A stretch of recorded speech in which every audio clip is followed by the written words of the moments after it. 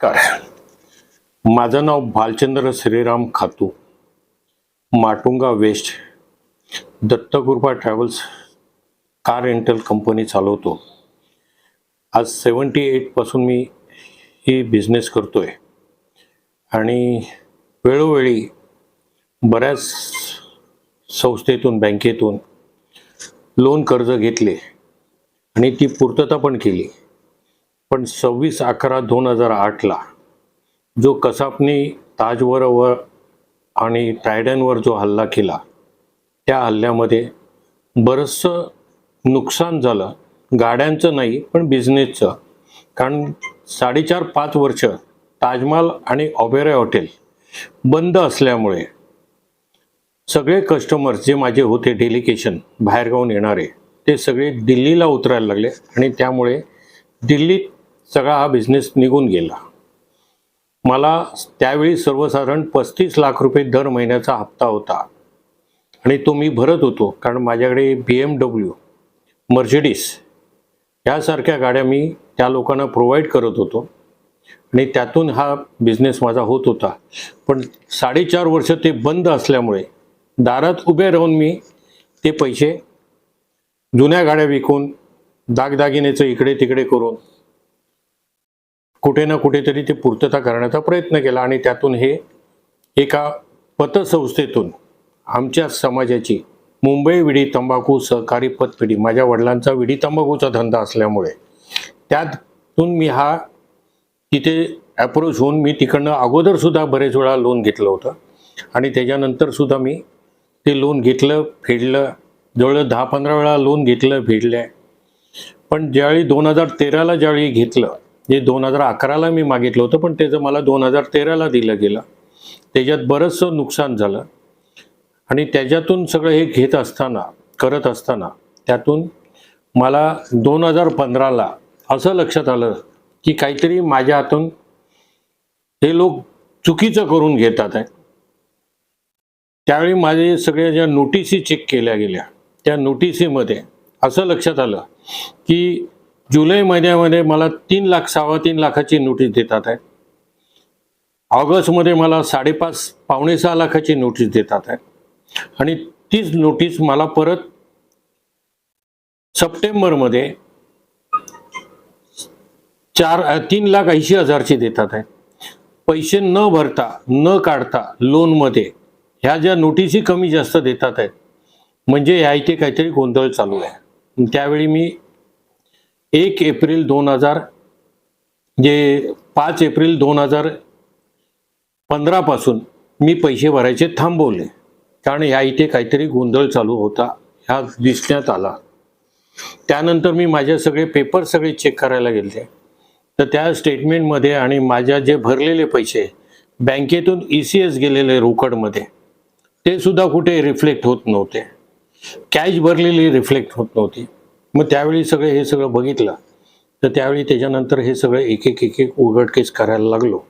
त्याच्यानंतर त्यांनी माझ्यावर केस केली 101ची।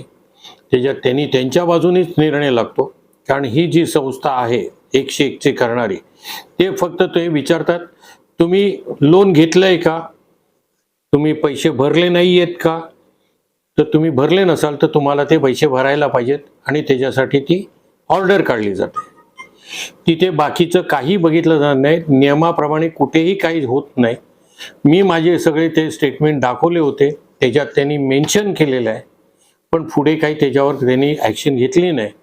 त्याप्रमाणे नंतर SRO आले, त्यांनी माझ्या घरावर जप्तीचा विचार हे केला, त्याच्यावर मी स्टे आणला। स्टे आणून मग नंतर परत तिकडनं त्यांनी मला SROकडे परत पाठवलं की ही हेडी चेक करा म्हणून।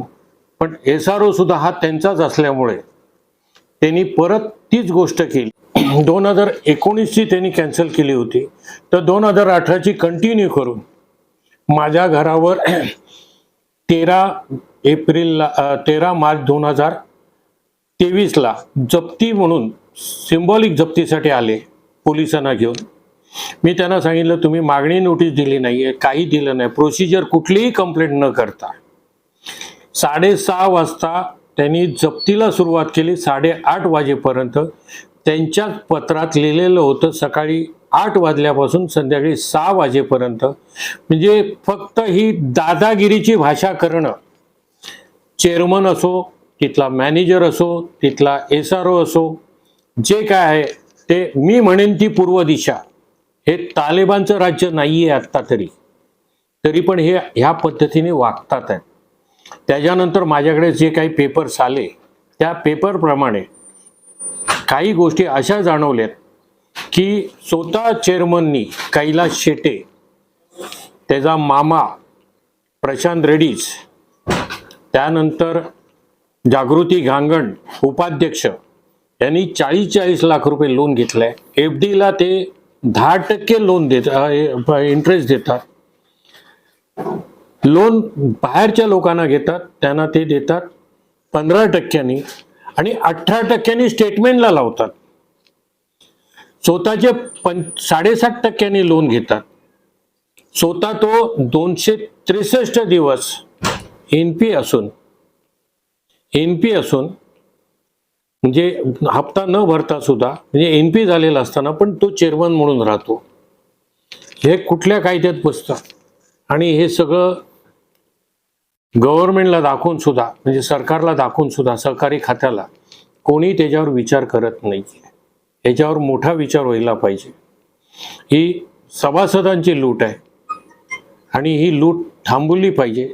माझ्यासारखे अनेक असे हजारो लोक याच्यामध्ये होरपळले जातात आणि त्यासाठी कोणीतरी त्याच्या मागे एक खंबीर उभं राहायला पाहिजे. म्हणून मी हे सगळं प्रयास करतोय आणि आता सगळे एक जण मला साथ देतात आहेत.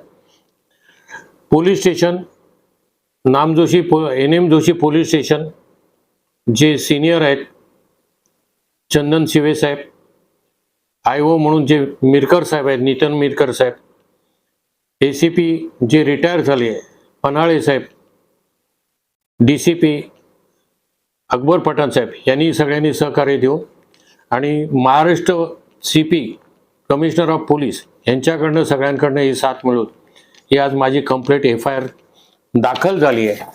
आणि ह्या दाखलच्या समोर मी संपूर्ण त्यांच्यावर 10 कलमं टाकली गेली आहेत आणि ती सुद्धा नॉन बेलेबल असताना सुद्धा बेलेबल करून घेतली आहेत आणि ते बेलवर बाहेर आहेत. हेच फक्त वाईट वाटतं आहे की आपला कायदा कुठे गेला आहे. त्याच्यातून कुठेतरी मार्ग निघाला पाहिजे. यांच्यावर काहीतरी कायदेशीर व्हायला पाहिजे. संस्था जिवंत राहिली पाहिजे. संस्था मेली नाही पाहिजे कारण तेथे लोकांची गरज ही पुरवण्यासाठी पतसंस्था आहे आणि ज्यांचे पैसे आहेत त्यांचे पैसे त्यांना परत मिळाले पाहिजे. पण हे जे डाकू लोक बसलेत त्यांच्यावर कुठेतरी नियमाप्रमाणे कायदेशीर गुन्हा दाखल तर झालाच आहे पण कायदेशीर कारवाई होणं जरुरीचं आहे. एवढीच मला प्रामाणिकपणे म्हणणं आहे आणि त्याच्यासाठी नमस्कार, मी शंकर आव्हाड. मी तंबाखू विडी पतपेढी संस्थेमधून 10 लाख रुपये लोन मुलाच्या लग्नाला घेतलं होतं. आत्तापर्यंत मी 10,50,000 तिथं भरले तरी सुद्धा ते लोक माझ्या अंगावरती 9.5 लाख रुपये कर्ज दाखवतात आहे. आणि गणेश चव्हाण नावाचा तिकडचा माणूस आहे तो माझ्या घरी येतो आणि मला 5,000 रुपये चहा पाणी मागतो. का? माझ्यावरती 101ची केस टाकलेली आहे. ती केस मी मागे घेतो, तू मला 5,000 दर महिन्याला चालू कर. आणि ही कंप्लेंट मी जाऊन त्यांचे वसुली अधिकारी तावडे साहेब आहे त्यांच्याकडे केलेली आहे. फक्त त्यांच्याकडे मी लेखी तक्रार न करता त्यांनी माझी समजूत काढून फक्त तोंडी तक्रार माझ्याकडून घेतली आणि मला त्यांनी 2 ते 3 महिन्याचा अवधी दिला का मी चौकशी करून पूर्ण करतो. तरी सर्वांना प्रार्थना आहे का ह्या गोष्टीचा शहानिशा करून यांच्यावरती तात्काळ कारवाई करण्यात यावी व त्यांना सजा व्हावी हीच नम्र विनंती. नमस्कार, मी विजय परमार. मी व्यापारी आहे लहान आणि मी MBTVमधून कर्ज घेतलं होतं तकलीफमध्ये होतो म्हणून 25 लाखाचं.